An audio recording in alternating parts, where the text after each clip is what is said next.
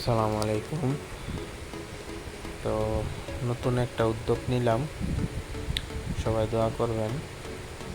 তো আপনারা জানেন এখানে আমি আগে মুরগির বাচ্চা পালন করতাম, মুরগি পালন করতাম। তো আসলে এগুলো একটু টিকে না, যার কারণে এখন ঘরটা খালি পড়ে ছিল অনেক দিন। তো যে দেখুন, এখন ঘরটার ভিতরে সুন্দর করে 6টা খরগোশ এনে রাখছি। তো এর ভিতরে 5টা মেয়ে খরগোশ এবং একটা ছেলে খরগোশ।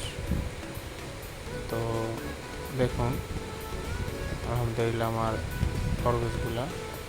তো আপনারা দোয়া করবেন যাতে আমি এই খরগোশের ফার্মটা অনেক বড় করতে পারি।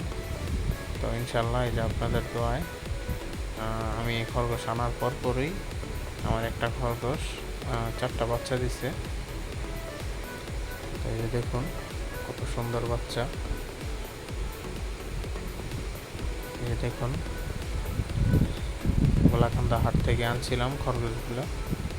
এই যে দেখুন 4টা বাচ্চা দিছে, আনার পরই বাচ্চাগুলো দিছে।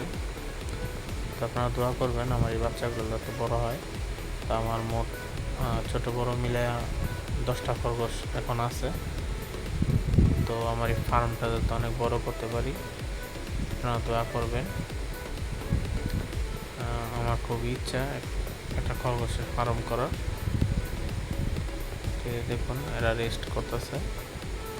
এদের থাকার জায়গাটা কেমন হয়েছে কমেন্ট করে বলে যাবেন।